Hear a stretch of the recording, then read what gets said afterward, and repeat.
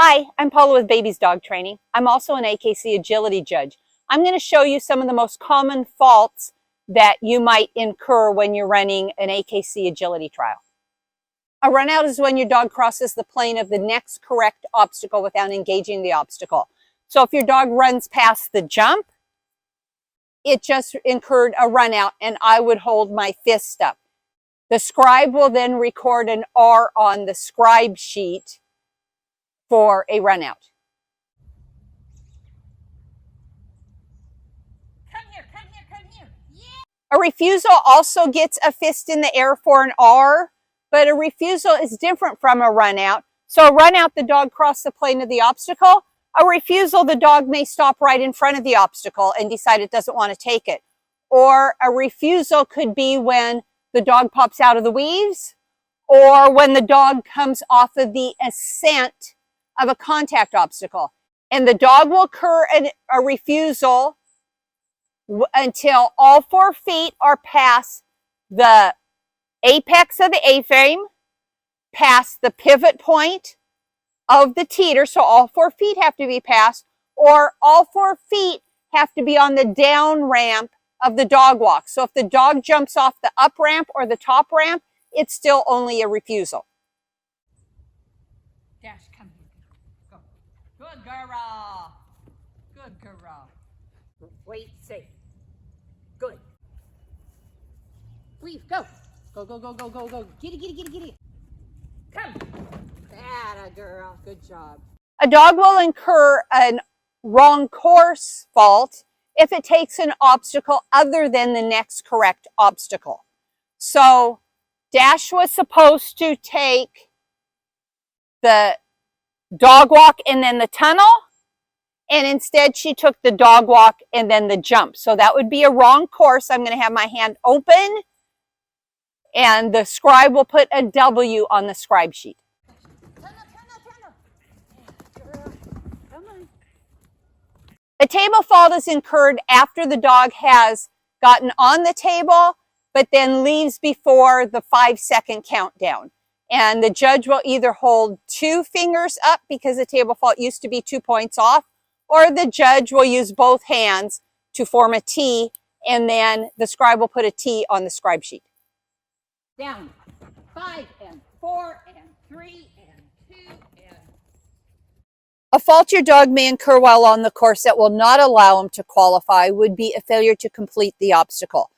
So at the weaves, your dog must complete the weaves in 3 attempts, or else it will earn a failure to complete the obstacle. And so when that happens, the judge will put both hands up, and then the scribe will record an F on your scribe sheet, which means the dog failed to complete the obstacle. Another F would be if the dog dropped the bar while going over a jump. Another F would be if the dog missed the contact on any of the contact obstacles. So one part of one foot must touch the yellow on the contact. And if the dog either jumped off the side before it got to the yellow zone, or if the dog jumped over the yellow zone, then again, the judge will put both hands up.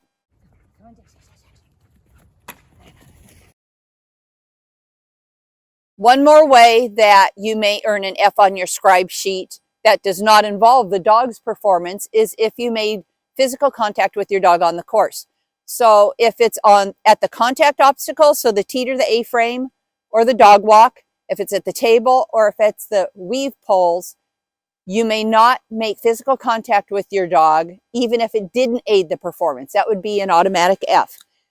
Anywhere else on the course, it's only an F if that physical contact between you and the dog aided the dog's performance.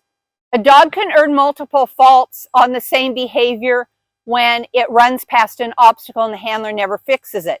So if the dog runs past a jump and then goes into the tunnel, the dog got an R for passing the plane of the jump, a W for going into the tunnel, and if the handler never went back to fix that missed jump and then continue on with the sequence, then the judge will also signal an F. So an R, W, and F could be put on the scribe sheet. Jump. Go jump.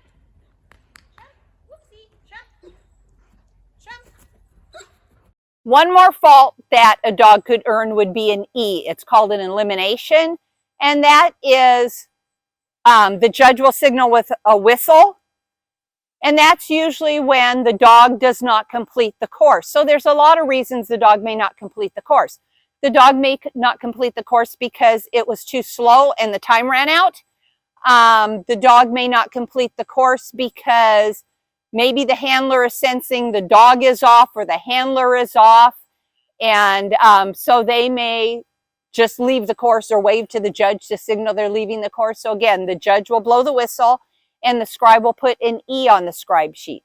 And then you have E's for naughty behavior. So the dog may foul the ring, or the handler may use inappropriate language, or the handler may be handling the dog really rough. So maybe the dog missed the contact on the obstacle and the handler got mad and they might have picked him up and put him back on that contact. That is definitely not allowed. No rough handling is allowed on agility grounds. Another reason for an E, you have what's called a fix and go. So a fix and go is when the trainer has a training event during the run. So let's say the dog missed the contact obstacle.